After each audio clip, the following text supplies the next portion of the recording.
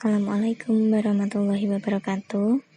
Kami dari kelompok 3 akan mempresentasikan materi kredit analisis. Sebelumnya, perkenalkan kelompok kami yang beranggotakan Yola Agi Waskito, Sela Dwi Lestari, Siti Rohmatun, dan saya pribadi Dinawati. Untuk yang pertama, saya akan menjelaskan materi kredit analisis. Di sini ada dua bagian, yaitu likuiditas dan solvabilitas. Untuk likuiditas, ini merujuk pada ketersediaan sumber daya perusahaan untuk memenuhi kebutuhan kas jangka pendek.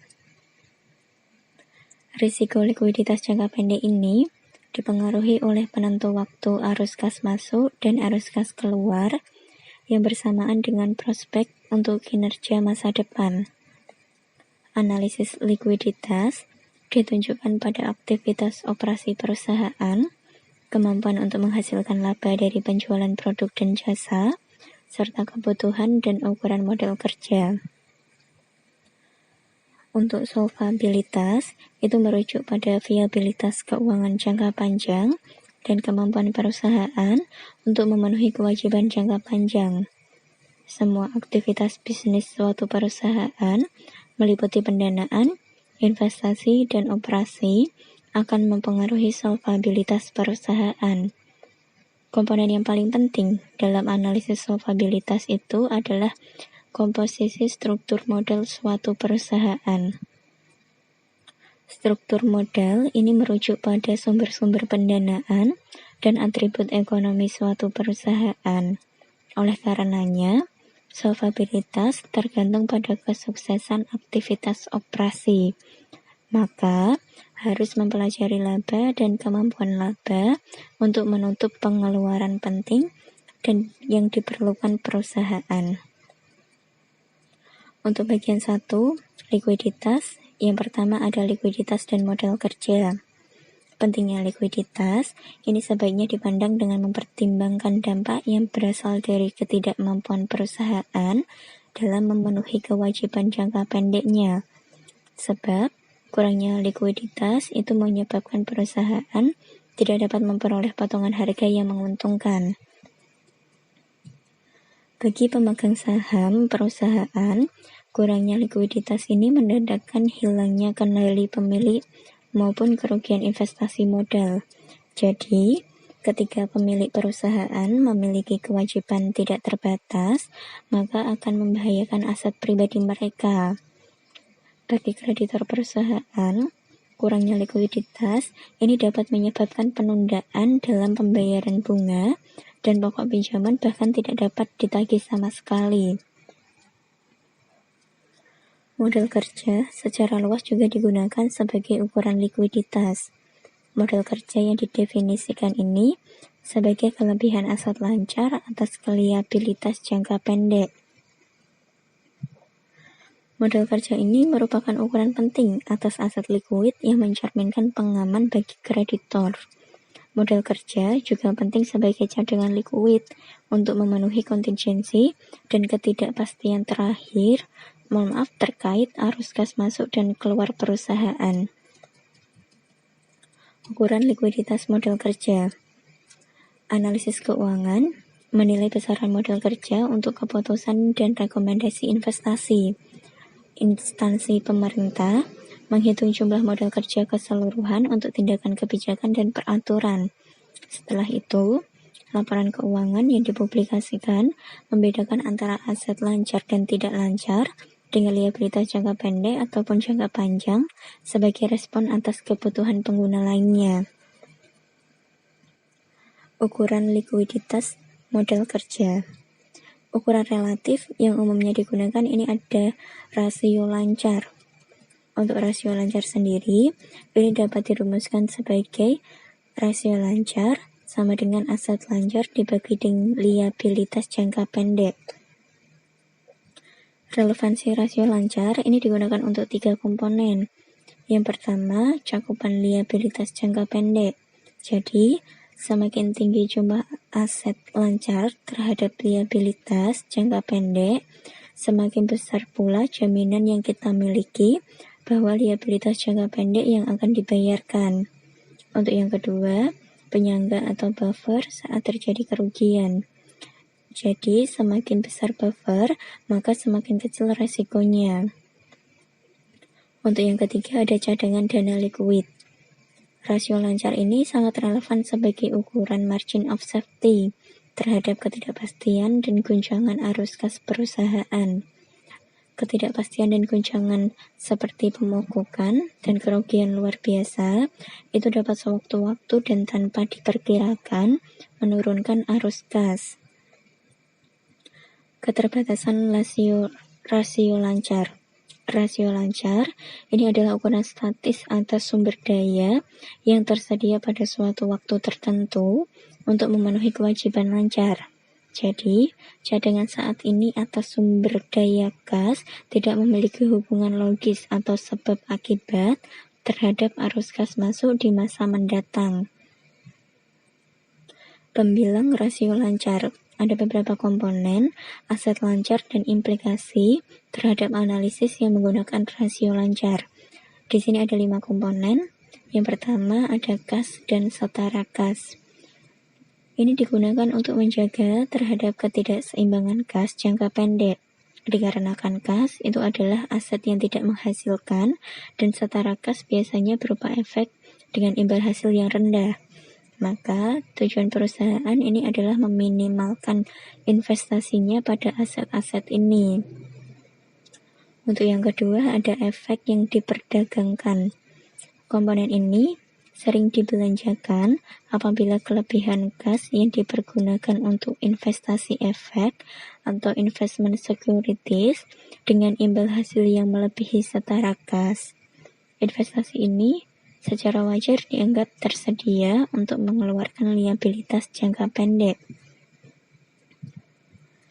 Untuk yang ketiga ada piutang usaha. Penentu utama akun piutang usaha adalah penjualan. Hubungan penjualan dengan piutang usaha diatur oleh kebijakan kredit dan metode penagihan. Untuk yang keempat ada persediaan. Hubungan persediaan dengan penjualan diperjelas dengan pengamatan bahwa penjualan mengawali konversi persediaan menjadi kas. Untuk yang kelima, ada biaya dibayar di muka. Oleh karena manfaat ini biasanya diterima dalam 1 tahun siklus operasi perusahaan, maka manfaat ini tetap tidak mengubah pengeluaran dana saat ini. Dan biasanya, biaya dibayar di muka itu relatif lebih kecil jika dibandingkan aset lancar lainnya. Penyebut rasio lancar. Liabilitas jangka pendek ini terutama ditentukan oleh penjualan dan kemampuan perusahaan untuk memenuhi saat jatuh tempo merupakan objek dari ukuran modal kerja. Misalnya, karena pembelian menyebabkan peningkatan utang usaha, maka utang usaha bervariasi terhadap penjualan. Dalam kasus ini, komponen rasio lancar memberikan pengakuan yang kecil atas aktivitas tersebut atau dampaknya terhadap arus kas masa depan. Selain itu, liabilitas jangka pendek yang dimasukkan dalam perhitungan rasio lancar tidak mencakup pengeluaran kas prospektif. Contohnya ada komitmen tertentu dalam kontrak konstruksi, pinjaman, sewa, dan pensiun. Menggunakan rasio lancar dalam analisis. Untuk kesimpulannya ada 3. Yang pertama, likuiditas tergantung pada besarnya arus kas prospektif dan pada tingkat kas dan setara kas yang lebih rendah. Yang kedua, tidak ada hubungan langsung antara saldo akun modal kerja dengan kemungkinan pola arus kas masa depan. Yang ketiga, kebijakan manajerial mengenai piutang dan persediaan terutama diarahkan pada pemanfaat aset yang efisien dan menguntungkan, serta yang kedua berdasarkan likuiditas.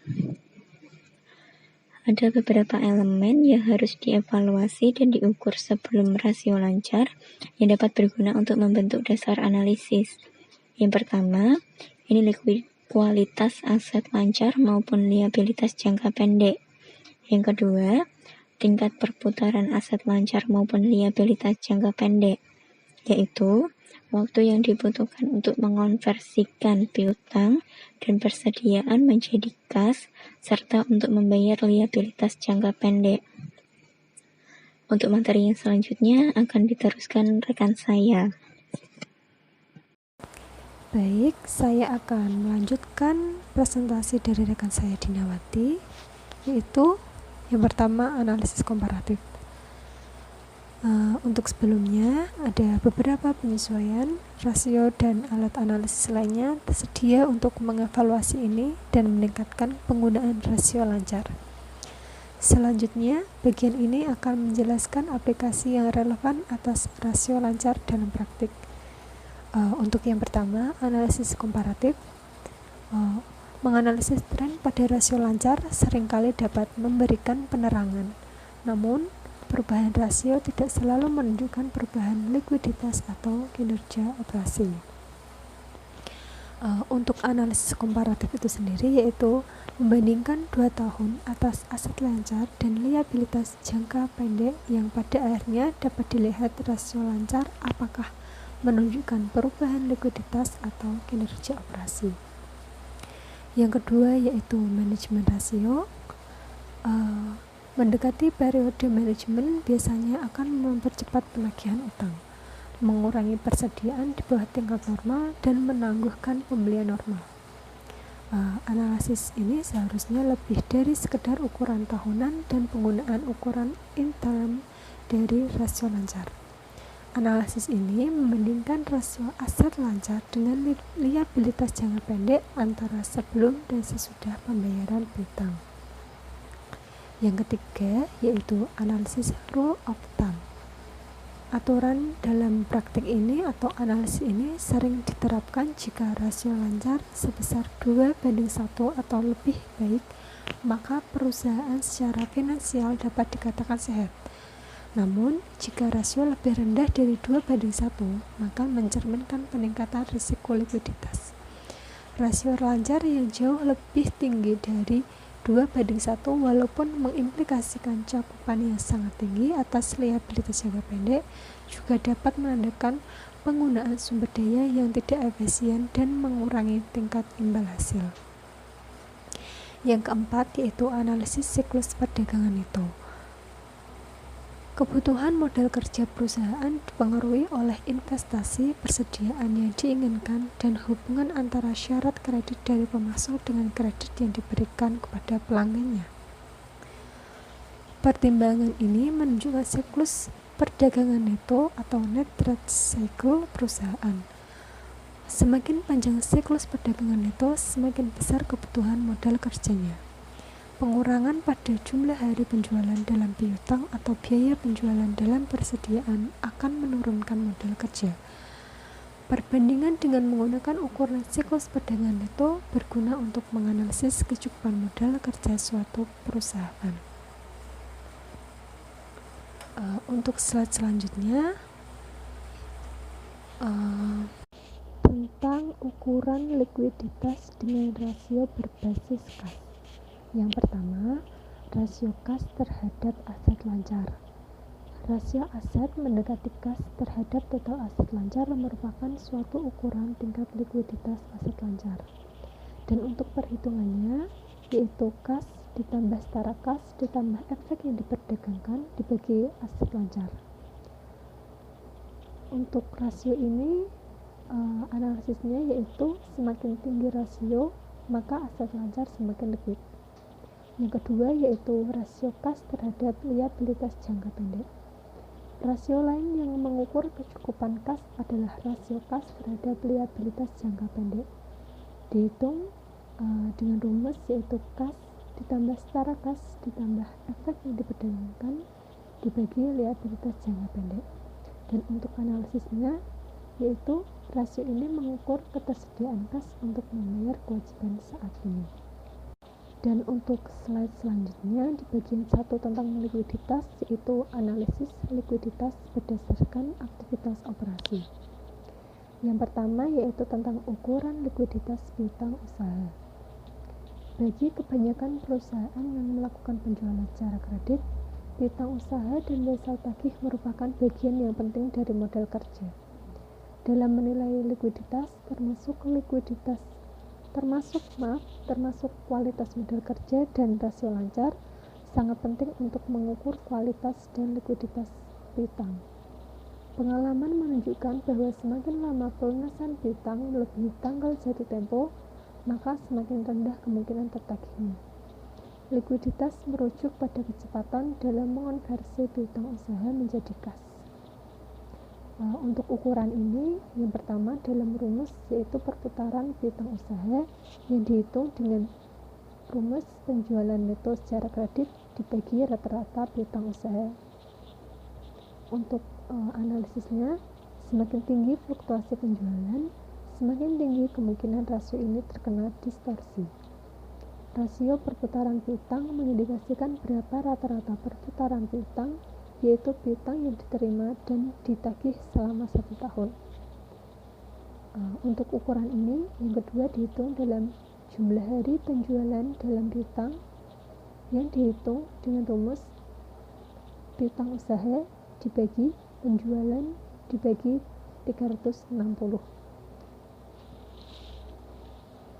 Jumlah hari penjualan dalam piutang mengukur jumlah hari yang dibutuhkan secara rata-rata untuk menagih piutang usaha berdasarkan saldo akhir tahun pada piutang usaha. Dalam ukuran ini, yang ketiga ada rumus tentang interpretasi ukuran likuiditas piutang yang dihitung dengan rumus penyisihan piutang tak tertagih dibagi piutang usaha bruto. Analisisnya, peningkatan rasio ini dari waktu ke waktu menunjukkan penurunan pada penagihan piutang. Sebaliknya, penurunan rasio ini menunjukkan perbaikan penagihan atau perlunya untuk mengevaluasi ulang kecukupan provisi atau penyisihan piutang tak tertagih. Dari ukuran di atas, ada yang kedua yaitu ukuran perputaran persediaan. Persediaan merupakan investasi yang dibuat untuk tujuan memperoleh imbal hasil melalui penjualan kepada pelanggan. Jika persediaan tidak mencukupi, volume penjualan akan menurun di bawah tingkat yang tidak dapat dicapai. Sebaliknya, persediaan yang berlebihan menghadapkan perusahaan pada biaya penyimpanan, asuransi, pajak, keusangan, dan kerusakan fisik. Persediaan dianggap sebagai aset lancar yang paling tidak likuid. Ukuran perputaran persediaan merupakan alat yang sangat baik untuk analisis ini. Yang pertama, dihitung dengan rumus perputaran persediaan dengan rumus beban pokok penjualan dibagi rata-rata persediaan. Rasio ini mengukur rata-rata tingkat kecepatan persediaan bergerak masuk dan keluar perusahaan. Jika ini mengevaluasi tingkat persediaan pada tanggal tertentu, seperti akhir tahun, rasio perputaran persediaan dihitung dengan menggunakan saldo persediaan pada tanggal tersebut sebagai penyebut. Yang kedua, dengan rumus hasil penjualan dalam persediaan, maka rumusnya yaitu persediaan dibagi beban pokok penjualan dibagi 360. Rasio ini mengukur perputaran persediaan lain yang berguna dalam menilai kebijakan pembelian dan produksi dalam perusahaan. Yang ketiga, rumus menginterpretasikan perputaran persediaan. Kualitas persediaan merujuk pada kemampuan perusahaan untuk menggunakan dan melepaskan persediaan.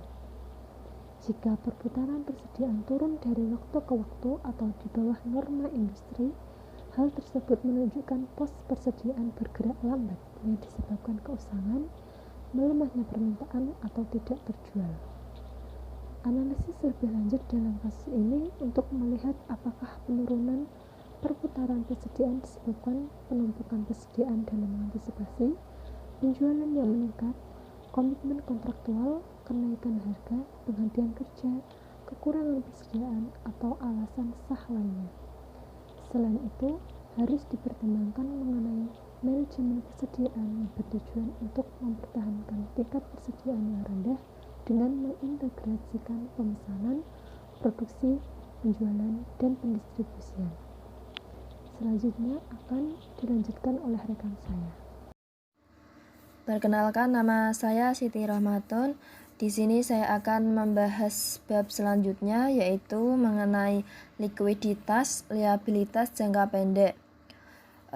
Ada dua alasan yang saling terkait mengapa liabilitas jangka pendek sangat penting dalam menghitung modal kerja maupun rasio lancar.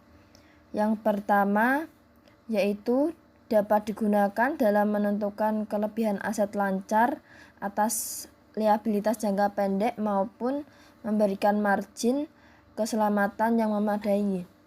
Yang kedua, liabilitas jangka pendek dikurangi dari aset lancar untuk menghitung modal kerja. Kemudian ada kualitas liabilitas jangka pendek. Kualitas jangka pendek sangat penting dalam analisis modal kerja dan rasio lancar. Selain itu juga harus dinilai berdasarkan tingkat urgensi dalam pembayaran. Jika arus dana masuk dari pendapatan saat ini dipandang sebagai dana yang tersedia untuk membayar liabilitas jangka pendek, maka beban tenaga kerja dan beban serupa yang membutuhkan pembayaran segera memiliki hak pertama atas pendapatan tersebut.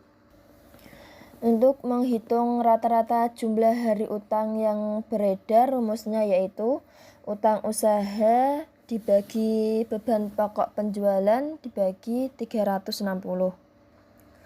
Untuk slide selanjutnya yaitu analisis likuiditas tambahan, yaitu yang pertama komposisi aset lancar yang merupakan indikator likuiditas modal kerja. Penggunaan perbandingan presentasi common size mempermudahkan evaluasi likuiditas komparatif tanpa memperhatikan jumlahnya. Selanjutnya yaitu rasio cepat. Untuk pengujian likuiditas yang lebih ketat yaitu dengan rasio cepat dengan rumus kas ditambah setara kas ditambah efek yang diperdagangkan ditambah piutang usaha dibagi liabilitas jangka pendek.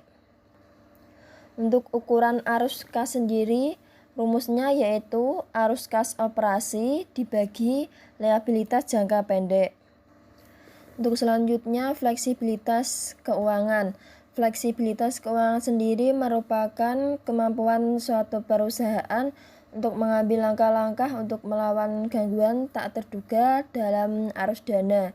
Hal tersebut dapat berarti kemampuan untuk meminjam dari berbagai sumber, untuk meningkatkan modal ekuitas, untuk menjual dan menarik kembali aset, atau untuk menyesuaikan tingkat dan arah operasi untuk memenuhi perubahan keadaan. Untuk slide selanjutnya kita akan membahas mengenai dasar-dasar solvabilitas. Analisis solvabilitas melibatkan beberapa elemen utama. Analisis struktur modal salah satunya yang merujuk pada sumber pendanaan perusahaan. Elemen kunci solvabilitas jangka panjang lainnya yaitu laba atau kemampuan menghasilkan laba yang menunjukkan kemampuan berulang untuk menghasilkan kas dari operasi. Laba sendiri merupakan sumber kas yang paling diinginkan dan diandalkan untuk pembayaran jangka panjang atas bunga dan pokok utang. Kemudian ada komposisi struktur modal dan solvabilitas. Yang pertama yaitu ada laporan common size dalam analisis solvabilitas. Analisis komposisi dilakukan dengan membuat laporan persentase per komponen dari bagian liabilitas dan ekuitas pada laporan posisi keuangan. Keunggulan analisis common size sendiri yaitu pengungkapan besar relatif sumber pendanaan bagi sebuah perusahaan. Selain itu juga memberikan perbandingan langsung antara perusahaan yang berbeda. Selanjutnya yaitu ukuran struktur modal untuk analisis solvabilitas. Rasio struktur modal sendiri merupakan alat lain untuk analisis solvabilitas. Ukuran rasio struktur modal mengaitkan komponen struktur modal satu dengan lainnya atau dengan totalnya. Bagian ini menjelaskan rasio-rasio yang paling umum digunakan. Total utang terhadap total utang.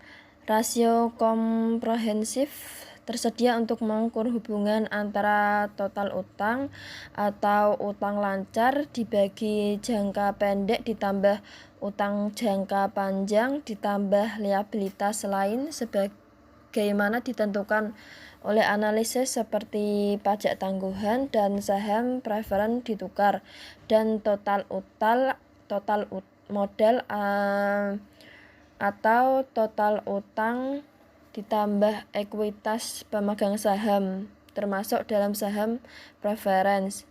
Rumusnya yaitu total utang dibagi total modal. Selanjutnya yaitu total utang terhadap modal ekuitas. Rumusnya yaitu total utang dibagi ekuitas pemegang saham. Selanjutnya utang jangka panjang terhadap modal ekuitas. Rasio yang melebihi 1:1 mengindikasikan pendanaan utang jangka panjang yang lebih besar dibandingkan modal ekuitas. Rumusnya yaitu utang jangka panjang dibagi ekuitas pemegang saham. Kemudian ada utang jangka pendek terhadap total utang. Rasio utang yang jatuh tempo dalam jangka waktu relatif pendek terhadap total utang merupakan indikator penting dari kas jangka pendek dan kebutuhan pendanaan perusahaan. Utang jangka pendek sebagai lawan jangka panjang atau kebutuhan dana pelunasan obligasi adalah indikator ketergantungan perusahaan terhadap pendanaan jangka pendek. Utang jangka pendek biasanya tergantung pada perubahan yang sering terjadi pada tingkat suku bunga. Baik, melanjutkan dari komposisi struktur modal dan solvabilitas yang dijelaskan oleh Rohmah tadi, masih ada penjelasan yang terakhir yaitu ukuran solvabilitas berbasis aset. Analisis komposisi aset merupakan alat penting dalam menilai exposure resiko struktur modal perusahaan. Komposisi aset biasanya dievaluasi dengan menggunakan laporan common sense dari saldo aset. Dan saya akan melanjutkan yaitu cakupan laba. Salah satu keterbatasan ukuran struktur modal adalah ketidakmampuannya berfokus pada ketersediaan arus kas untuk melunasi utang perusahaan. Keterbatasan ini menyoroti peranan penting cakupan laba atau earning coverage. Suatu perusahaan atau kekuatan menghasilkan laba atau earning power sebagai sumber pembayaran bunga dan pokok pinjaman. Rumus dari hubungan laba dan beban tetap yaitu laba yang tersedia untuk beban tetap dibagi beban tetap. Dan yang kedua, analisis jumlah kali perolehan bunga yaitu laba ditambah beban pajak ditambah beban bunga dibagi beban bunga. Pembilang dalam rasio ini terkadang disebut sebagai laba sebelum bunga dan pajak atau EBIT, earning before interest and taxes. Cakupan laba atas dividen saham preferen. Perhitungan cakupan laba atas dividen saham preferen harus dimasukkan dalam beban tetap yang dikeluarkan atas dividen saham preferen. Oleh karena dividen saham preferen tidak dikurangkan dari pajak, maka laba setelah pajak harus digunakan untuk membayar dividen ini. Rumusnya adalah laba sebelum pajak ditambah penyesuaian atau B hingga G, beban dibagi beban tetap ditambah dividen saham preferen dibagi 1 dikurangi tarif pajak. Penyesuaiannya adalah laba sebelum pajak dari operasi ditambah beban bunga ditambah amortisasi beban utang dan diskonto premium ditambah bagian bunga dari beban sewa operasi ditambah persyaratan dividen dalam preferen pada entitas anak dengan kepemilikan saham mayoritas setelah disesuaikan pajak, ditambah jumlah bunga yang dikapitalisasi yang sebelumnya telah diamortisasi pada periode berjalan, dan terakhir dikurangi laba yang tidak dibagikan pada entitas anak atau afiliasi yang kepemilikan saham kurang dari 50%, yaitu penyesuaian dari laba sebelum pajak ditambah penyesuaian B hingga G tadi ya. Kemudian peringkat utang. Peringkat kredit obligasi ada 4 peringkat teratas dari standar dan Poor's. AAA adalah obligasi. Ini merupakan obligasi tingkat tertinggi, memiliki tingkat perlindungan tinggi untuk pokok pinjaman dan bunga. AA merupakan obligasi berkualitas tinggi pula dan sebagian besar hanya berbeda dengan obligasi AAA. Dan A dikategorikan sebagai tingkat menengah atas. Obligasi jenis ini memiliki kekuatan investasi yang memadai, tetap tidak terbebas dari dampak buruk perusahaan kondisi ekonomi. Dan terakhir BBB, obligasi ini rentan terhadap perusahaan kondisi terutama kelusaan ekonomi dan membutuhkan pemantauan terus-menerus.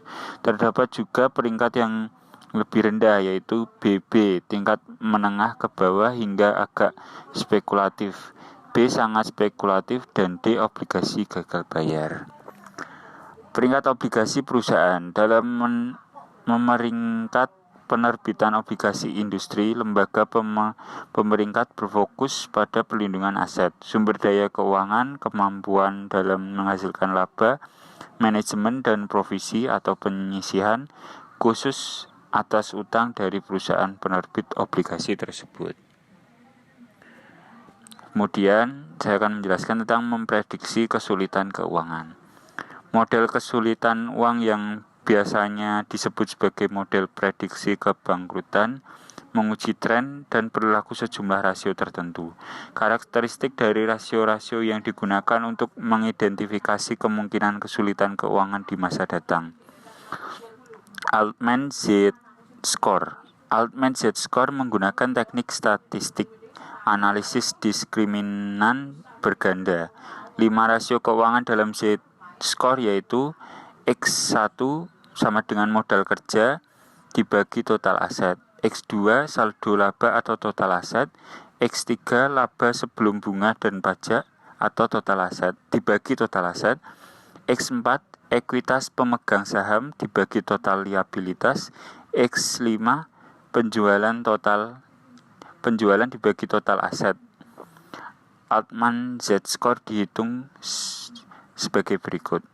Z sama dengan 0,71 X1 ditambah 0,847 X2 ditambah 3,107 X3 ditambah 0,420 X4 ditambah 0,998 X5.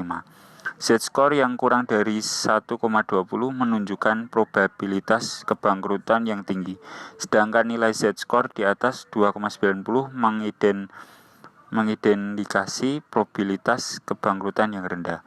Antara 1,20 dan 2,9 berada pada wilayah abu-abu atau ambigu. Kemudian model kesulitan keuangan dan analisis laporan keuangan, yaitu upaya penelitian mengidentifikasi peran berguna untuk rasio dalam memprediksi kesulitan keuangan. Namun kita tidak dapat menggunakan model ini atau yang lainnya tanpa mengetahui dan melakukan analisis secara kritis atas fundamental perusahaan. Dan kemudian adalah analisis kredit.